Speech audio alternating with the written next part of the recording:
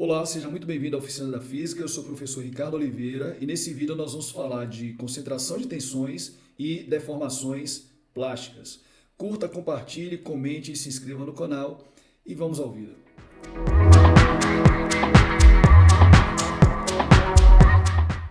Gente, esse vídeo vai ser relativamente curto também porque o tema que a gente vai tratar, ele é simples, ok? Então, no caso de concentrações de tensões, nós temos aí dois exemplos de concentradores de tensões, que o primeiro é um furo em uma placa e o segundo são adoçamentos, tá? Quando você sai de uma largura de uma estrutura, né, para uma largura menor. Então, é usual utilizar os adoçamentos para minimizar a questão da concentração de tensões, ok?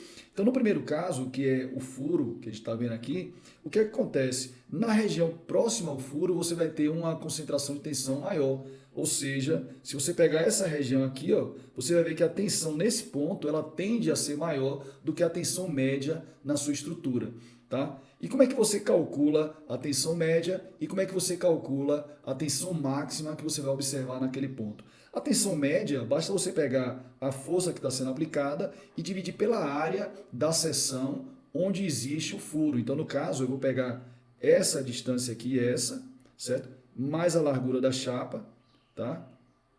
Na região do furo, para poder calcular a área que vai me dar a tensão naquele ponto. Quando eu faço isso, eu calculo a tensão média, tudo bem? Bom, mas como é que eu faço então para encontrar a tensão máxima? Aí existe uma relação importante, que é a relação entre a tensão máxima e a tensão média, que é o coeficiente de concentração de tensões. Então, o meu coeficiente, que eu vou chamar de K, nada mais é do que a razão entre a tensão máxima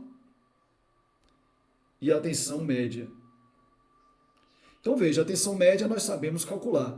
Como é que eu vou determinar a tensão máxima? Para determinar a tensão máxima, eu vou precisar descobrir o valor do coeficiente K. Tá? Nós vamos ver isso daqui a pouco. No caso dos adoçamentos, que é o segundo exemplo aqui, também nós observamos, ó, na região próxima ao adoçamento, a existência de uma tensão que supera a tensão média da estrutura. Então, nesse ponto, próximo ao adoçamento, você vai observar uma tensão máxima, que é maior do que a média. Também aqui nós temos que tomar cuidado para evitar que essa tensão máxima supere a tensão de escoamento, tá? Para que nós não tenhamos uma falha aí na nossa estrutura. Tá? Aqui também existe o conceito do coeficiente de concentração de tensão, tá? E da mesma forma nós vamos descobrir como é que determina esse K para fazer o cálculo da tensão máxima.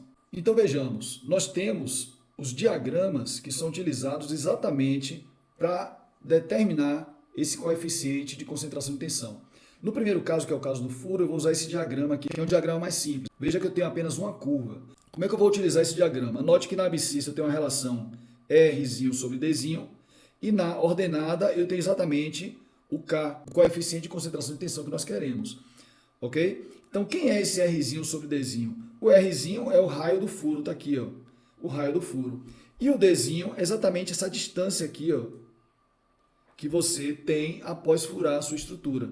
Tá? Então, com essa relação R sobre D, você vai localizar a parte da curva que lhe interessa. Vamos imaginar, por exemplo, que a relação R sobre D deu 0,4. Aí eu vou até a curva, ó, com 0,4, nesse ponto, e a partir da curva eu chego na minha ordenada, que nesse caso aí vai dar 2,22 mais ou menos. Então o meu coeficiente de concentração de tensão, para esse exemplo aí que eu dei, é 2,22. Com essa informação, ó, com esse K e com a tensão média que eu posso calcular, eu vou finalmente poder determinar a tensão máxima naquele ponto da estrutura, ok? O raciocínio é semelhante para o caso dos adoçamentos, só que o diagrama muda, tá? Então, no caso dos adoçamentos, o que é que eu vou ter? Eu vou ter um diagrama aqui um pouquinho mais rico de informação, né? Note que nós temos várias curvas, porque cada curva dessa depende da relação entre a região mais larga da estrutura e a região mais estreita.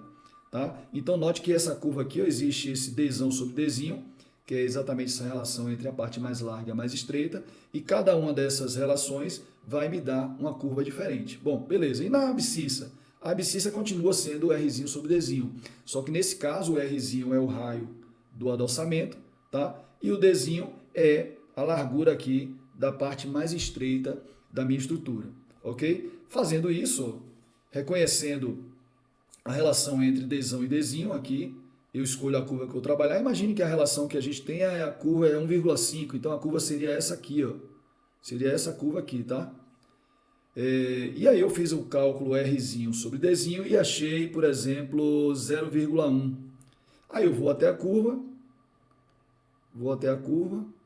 de 1,5 que é essa, e da curva eu vou encontrar a minha constante de concentração de tensão, que nesse caso aí também vai dar 2,24, ok? Aí novamente com o K eu calculo a minha tensão máxima utilizando essa relação. Tudo bem? Então veja, no próximo vídeo, que é o vídeo de atividade, nós vamos fazer uma questão que envolve exatamente esse tema, tá? Então é só acompanhar o link aí que você vai ver uma resolução de questão abordando essa situação aqui, tá? Então vamos seguir com a questão dos materiais elastoplásticos. O que é o material elastoplástico? É um material ideal, tá? Ele não existe na prática, mas serve para poder fazer estudos sobre o comportamento elástico e plástico de um dado material, uma vez que ele é submetido a uma certa tensão, tá? Então note que para esse material eu tenho uma região bem definida de deformação elástica, ou seja, esse ponto aqui vai de A a E, tá? Representa a região onde a deformação experimentada pela sua estrutura ela é elástica. O que é isso? Se você retira o carregamento, ela volta às dimensões originais, tá? Ela não guarda nenhum tipo de deformação.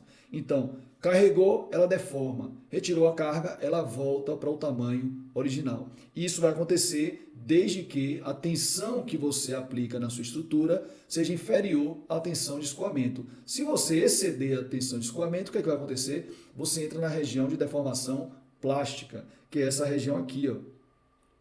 Ok? Então, se a tensão aplicada na estrutura superar a tensão de escoamento, ela vai escoar, ela vai deformar plasticamente. O que é isso? Se você retirar em algum momento o carregamento, ela volta, porém, não mais para as dimensões originais. Ela vai manter uma deformação que ela não tinha anteriormente. Por exemplo, uma peça que tem 1 metro de comprimento, tá? Você deforma ela plasticamente, quando você retira o carregamento, ela vai ficar com 1 metro mais 1 centímetro, por exemplo.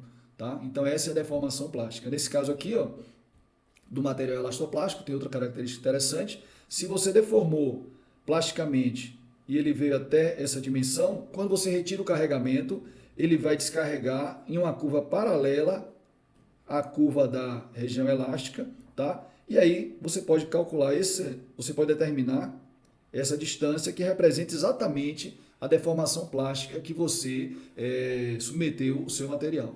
Então isso aqui é o diagrama que representa o comportamento desse material, o material elastoplástico. Também no próximo vídeo nós vamos fazer uma questão envolvendo esse tipo de material, deformações permanentes e tensões residuais. Então é só acompanhar o próximo vídeo que a gente vai ver tudo isso. Beleza? Então por hoje é só, agradeço a sua audiência e não deixe de assistir os vídeos de atividade. Valeu, obrigado.